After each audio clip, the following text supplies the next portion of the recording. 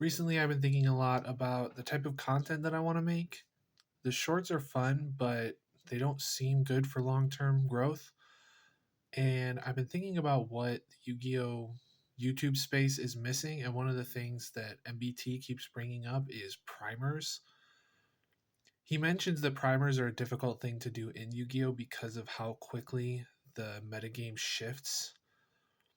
But I think that having basic guides on what the decks individually do and having sort of a shell to work on and adjust, I think is extremely important and useful.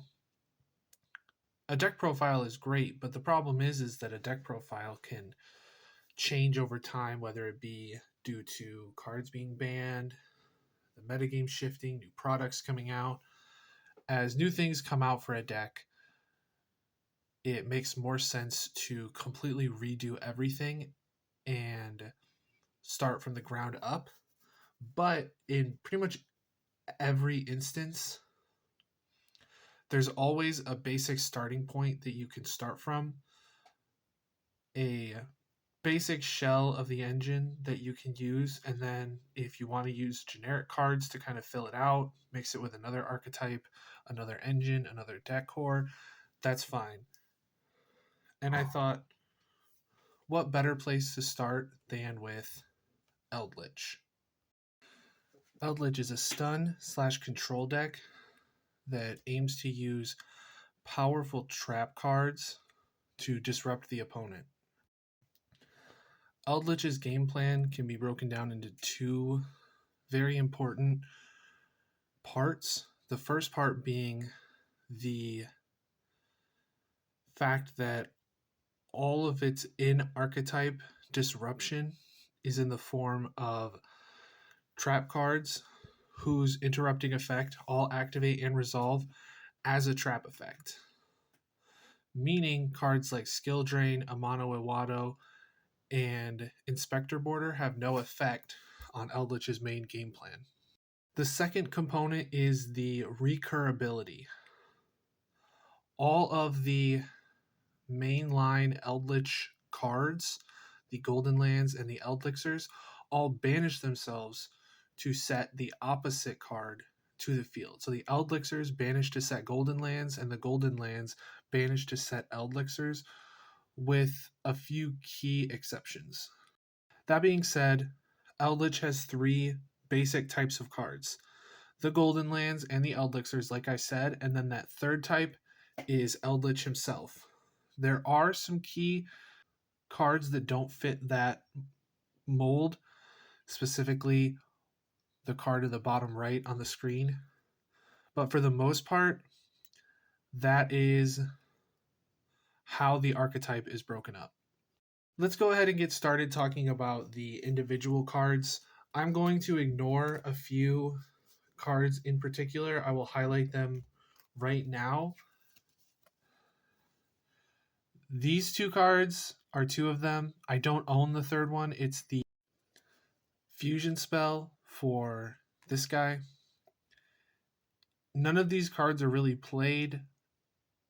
There could be scenarios where they may be useful, but for a basic overview, they're not really necessary to cover. So let's go ahead and focus kind of on the very basic game plan of the deck. Eldlich, the Golden Lord, is a level 10 zombie, which means it has synergy with certain zombie support cards. It can pitch itself and a spell or trap from your hand to send a card on the field to the grave. And while it's in the grave, you can send a spell or trap you control to the graveyard, add this to your hand, and then summon a zombie from your hand. That zombie gains 1,000 attack and cannot be destroyed by card effects until the end of your opponent's next turn. So it is removal, and it can summon itself from the grave if it finds a way to get there. So the card itself is exceptionally strong. There are even arguments to be made that it can be played just on its own in certain scenarios. There are decks that would benefit from having a card that can summon itself from the grave at the cost of just a spell or trap you control. All of the trap cards require this card to be on the field in order to get their good effects. So keep that in the back of your mind. Remember his existence as we kind of traverse our way through the rest of the cards. Let's go ahead and talk a little bit about the disruption cards. So these are the 3 disruption golden land cards. There is a 4th one. I will get to it in a little bit. So we'll go ahead and start with Huaquero. All of these 3 in particular, share a commonality in the sense that, one, they banish themselves to set an Eldlixir. That's common for all 3 of them. I mentioned that already. But they also share in the fact that as their effect, they special summon themselves as normal monsters. They're zombie light, and then the stats are different from each one. And as part of the effect to summon itself, this one banishes a card from your opponent's graveyard.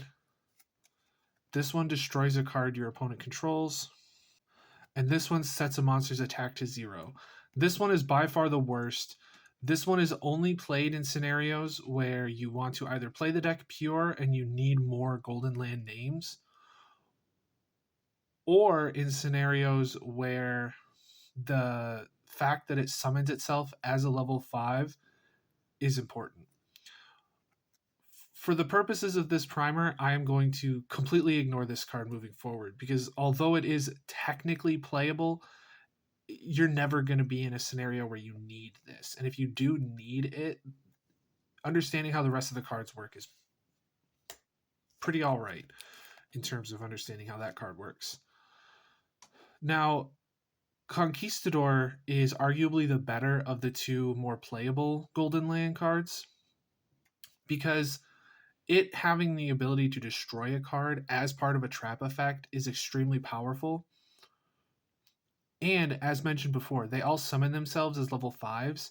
So there are scenarios where you can play rank 5s. There are even rank 5 zombie monsters that can take advantage of the fact that you play zombie monsters. As mentioned before, both of these cards banish themselves to set the Eldlixirs. That is extremely important because that is what gives you inevitability. It gives you the ability to just continue playing. This one is arguably not as good as Conquistador, but it really depends on the format. If banishing things from the graveyard is extremely important, then this card is going to be better. But if on-field destruction is better, then this card is going to be the better of the 2. But they're both extremely powerful, and in tandem with other trap cards or other hand traps, forms of disruption, floodgates, these cards are extremely powerful. So you know that you need the Golden Boy on field in order to trigger all of the Golden Land effects. So how is it that you get him on field? Well, here's the thing about that. I haven't talked about the Eldlixirs up to this point. I will start with the worst, as I did with the last one. Eldlixir of White Destiny is by far the worst one, and it's the worst one for a very key reason. It cannot summon Eldlich from the deck. This one does see play, again, for the same reasons as why the other one might see play, in the sense that you would play this in a deck where you're trying to play it as pure as possible without other stuff to try and supplement the deck. Or if you're just, desperate for names, you want more inevitability, because this is only really good if you already have Eldlich in rotation. The problem is that if you have Eldlich in rotation, any spell represents Eldlich on field because of Eldlich's built-in summoning effect. This card is only good if you're wanting to summon Eldlich on your opponent's turn. Say your opponent gets rid of your Eldlich and you have traps set that require Eldlich to be on the field. This card can summon it from the graveyard Or if it's stranded in your hand and you didn't have a way to get it in the grave or on the field, this can also pull it from your hand. The problem with that is that these can also do that. This one can't. This one can't summon from hand, but this one can. But the key difference is that Black Awakening can also summon it from deck. The downside is that it's a normal spell, so you can't activate it on your opponent's turn. But it is an extremely powerful piece of the engine. You can activate it on your turn, get access to the Golden Lord, and then, have him available to be able to use the trap effects. Again, this also has the effect to banish itself to set a golden land. So in a pinch, it can also be used in the graveyard to get the ball rolling in that way, get you access to Hawkero, Conquistador, Guardian if you're extremely down bad. But this card is probably the second best of the Eldlichers, and of course, for anyone that knows anything about Eldlich, this one is by far the strongest of the three. It is a trap card, which means you can activate it on your opponent's turn as a form of disruption. You can wait for an opportune time to summon the Golden Lord, probably at a point where your opponent doesn't have easy access to removal, or if they've already spent removal on a normal summon or other monsters from other engines you may be splashing with Eldlich. And this can get it from both deck or graveyard, meaning that if Eldlich was outed and it's in your graveyard, this can get it back. So Scarlet Sanguine is by a pretty wide margin the best way to get access to the Golden Lord. But there is another way. A card that doesn't really fit into any of the three categories that I didn't mention before, but this card is playable, so it's worth highlighting a little longer. That is Cursed Eldland. Cursed Eldland has two effects and a restriction. The restriction is that you can't attack except with zombie monsters. The first of the two effects is that you can pay 800 life points to either add an Eldlich monster or a Golden Land spell trap from your deck to your hand. The idea is that whatever half of it you're missing, you can get access to. So if you've drawn into Sanguine, you don't need access to Eldlich because Sanguine represents access to Eldlich. So you search a Golden Land. If you've drawn a Golden Land, you search the Eldlich because Eldlich, is Eldlich. You have access to him. Therefore, you can either use his effect to pitch himself, then summon him back, or you can just hold on to him. Maybe you have one of the lesser of the two Eldlichers that can summon it from your hand. The second effect is that if it's sent from the spell and trap zone to the graveyard, you can send one of the cards that you could search. So either an Eldlich monster or a Golden Land spell trap. And you can use both of those effects in the same turn. So you can search the Eldlich, use the Eldlich to send the Eldland, and then use the Eldland to send a Golden Land, which can get you access to your Eldlichers, either this one or one of the other ones, depending on what you need. And if you set the normal spell one, it can be activated when it's set because it's a normal spell. So that represents instant access to Eldlich. This card could also just stick around. It's a continuous spell. So it will continue to exist as long as you or your opponent doesn't get rid of it. So if you end your turn, your opponent does their turn, you interrupt them, and they can't get rid of your board, roll back to your turn, this thing can search another Golden Land. All you have to do is pay another 800. This basically represents a free Eldlich or Golden Land every single turn as long as it's up and as long as you have life points to fuel it and legal search targets in your deck. This is an extremely powerful card, but it is mostly just a consistency tool. So there are scenarios where you can cut copies of it if you need to make room for other things. But for the most part, you would run this card at maximum copies. So there's one more exception to the rules I mentioned before. You may have seen it already. I don't remember if it was in the array of cards I showed at the beginning, but there's a golden land that does not have a banish effect, and that is golden land forever. And there's a reason why this does not have a banish effect. This is a counter trap.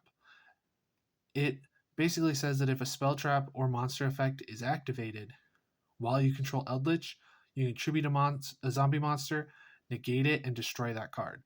This is basically a solemn strike or, generic counter trap negation for the archetype. And because of the fact that it's a golden land, it is searchable off of the Eldlichers. And it is also searchable off of Eldland. It doesn't see a lot of play, mostly because this deck doesn't really need searchable counter traps. What it mostly needs is just other things to help it, equalize the game state. And that's a very basic overview of the Eldlich engine. If you want more in-depth explanation of some more niche interactions or some of the other options you could play as supplementary engines or cards, Eldlich deck profiles would probably be a better place to go. The point of this video is to more so give you an understanding of the cards within the Eldlich archetype specifically. So I hope this video did a good job of that. If you enjoyed this type of content, let me know. I will try to make more of it. And I will hope to see you in the next one. Don't forget to like the video if you liked it. Subscribe if you want to see more. And I will see you in the next one.